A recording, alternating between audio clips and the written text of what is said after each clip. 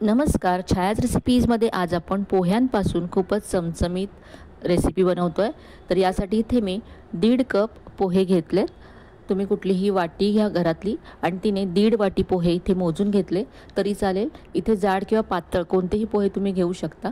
आता पोह्यांमध्ये भरपूर पाणी घालायचं आहे आणि हे पोहे 2 ते 3 वेळा स्वच्छ धुवून घ्यायचे आहेत.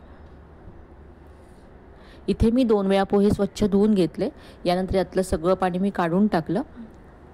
आता या रेसिपीसाठी आपल्याला अगदी सॉफ्ट पोहे हवेत, त्यामुळे इथे पाव कप किंवा 2 ते 3 चमचे पाणी यामध्ये पुन्हा घालते.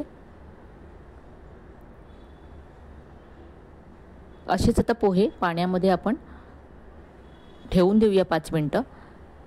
तर इथे मी आता यावरती झाकण ठेवते आणि पोहे 5 मिनिटासाठी बाजूला ठेवून देते, म्हणजे पोहे अगदी सॉफ्ट होतील. तर इथे आता 5 मिनिटं झालेत. पाहूया.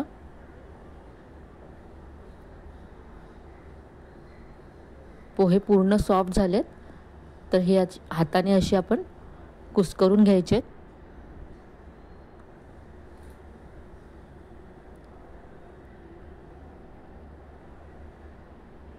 हाताने असे पोहे पूर्ण मी मळून घेतले. आता यामध्ये आपल्याला बेसन घालायचं आहे. तर आपले पोहे 1.5 कप होते, तर त्याच प्रमाणामध्ये इथे मी 1.5 कप बेसन घेतलं आहे. आता यातलं सगळं आपल्याला आता इथे घालायचं नाही आहे, तर यातलं अर्ध्यापेक्षा जास्त बेसन मी इथे घालते आणि थोडंसं बेसन शिल्लक ठेवायचं आहे, जे आपण नंतर यामध्ये वापरू. तर इथे हे बाजूला ठेवून देते.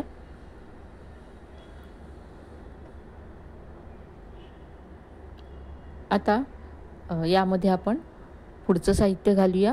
तर इथे आता मी बारीक चिरलेली हिरवी मिरची घालते. इथे मी 2 हिरव्या मिरच्या बारीक चिरून घेतल्या होत्या. यानंतर किसलेलं आलं घालायचं आहे. अर्धा इंच आलं इथे मी किसून घेतलं आहे. यानंतर अर्धा चमचा जिरं घालायचं आहे. अर्धा चमचा ओवा घालायचा आहे. ओवा हातावरती कुस्करून यामध्ये घालायचा, म्हणजे त्याचा स्वाद आणखी छान येतो.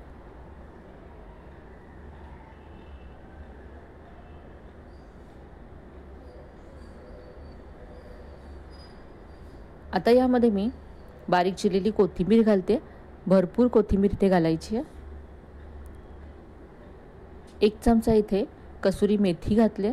कसुरी मेथी मी आधी थोडीशी तव्यावरती गरम करून घेतली आणि नंतर कुस्करून यामध्ये घालते. कसुरी मेथीचा स्वाद खूप छान येतो रेसिपीमध्ये.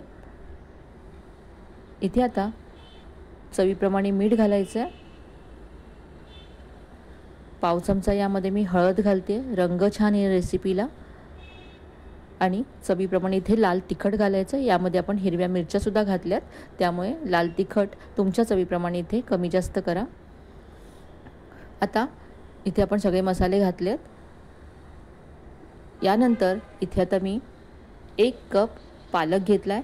पालकाची पानं मी निवडून घेतली, स्वच्छ धुवून घेतली, त्यातलं सगळं पाणी मी निथळून घेतलं आणि यानंतर ती बारीक चिरून घेतली. तर 1 कप ही चिरल्यानंतर आहेत.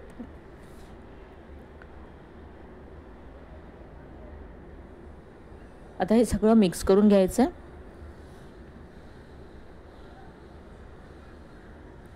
खूप मस्त अशी रेसिपी आहे. पालक मुलं खात नाहीत किंवा पालकची भाजी खात नसतील, तर तुम्ही अशा पद्धतीने पालक त्यांना देऊ शकता. चवीला ही रेसिपी खूप छान लागते. आज आपण पोहे आणि पालकांपासून वडे बनवतो आहे. तर इथे आता मला थोडं बेसन कमी वाटते, बाइंडिंग कमी वाटते, म्हणून इथे मी उरलेलं जे बेसन आपण बाजूला ठेवलं होतं त्यातलं 2 ते 3 चमचे बेसन घातलं आहे. यामध्ये आपल्याला पाणी अजिबात घालायचं नाही आहे, कारण आपण पोहे ओलसर करून घेतले होते. त्याचबरोबर पालकामध्ये सुद्धा भरपूर प्रमाणामध्ये पाणी असतं, त्यामुळे यामध्ये पाणी घालायचं नाही आहे.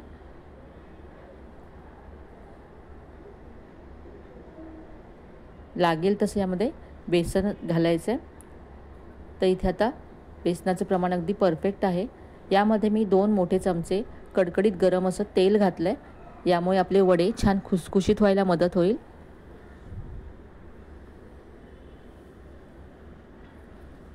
तेल गरम आहे, हाताने आधी ह्याला मिक्स करून घ्यायचं आहे.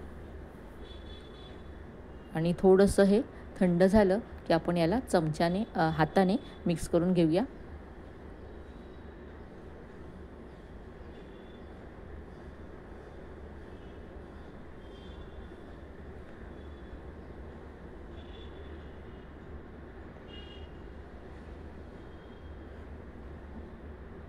तर हे पीठ आपलं तयार आहे। आता हाताला तेल लावून घ्यायचं आहे आणि याचे वडे बनवायचे। तुम्हाला हवा तो आकार तुम्ही याला देऊ शकता।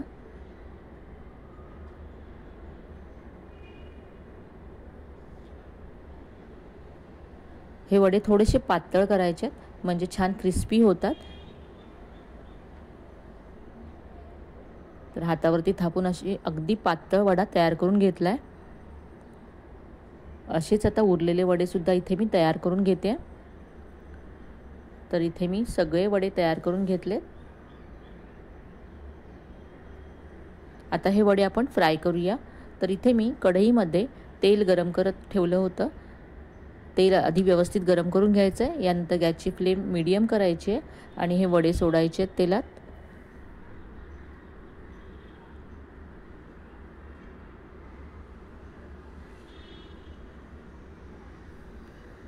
खूप मस्त चटपटीत अशी रेसिपी आहे।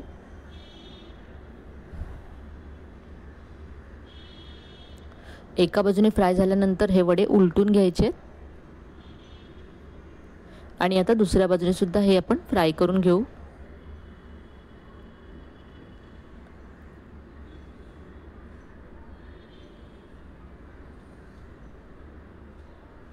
हे वडे मस्त असे हलके झालेत आणि तेलाच्या वरती तरंगायला लागलेत। रंग सुद्धा खूप मस्त आलाय। तर आपण काढून घेऊया। यातलं तेल निथळून मी वडे काढून घेते आणि असेच आता उरलेले वडे सुद्धा इथे मी फ्राय करून घेते।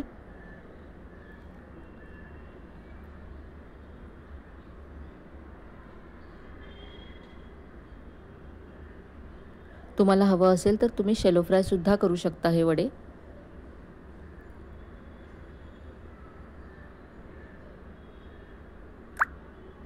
तर इथे मी सगळे वडे फ्राय करून घेतलेत। टोमॅटो केचप बरोबर मी सर्व केले। तुम्ही कुठल्याही चटणी बरोबर सर्व करू शकता। तर घरच्या साहित्यामध्ये मस्त अशी चटपटीत रेसिपी कमी वेळामध्ये तयार होते। आजची रेसिपी तुम्हाला नक्कीच आवडली असेल। रेसिपी कशी वाटली कमेंटमध्ये कळवायला विसरू नका। रेसिपी आवडली असेल तर व्हिडिओला लाईक करा, शेअर करा। चॅनलला अजून सबस्क्राईब केलं नसेल तर नक्की सबस्क्राईब करा। इथे मी तुम्हाला एक वडा तोडून दाखवते। चला तर मग पुन्हा भेटूया अशा छान छान आणि नवीन नवीन रेसिपीसह। तोपर्यंत धन्यवाद।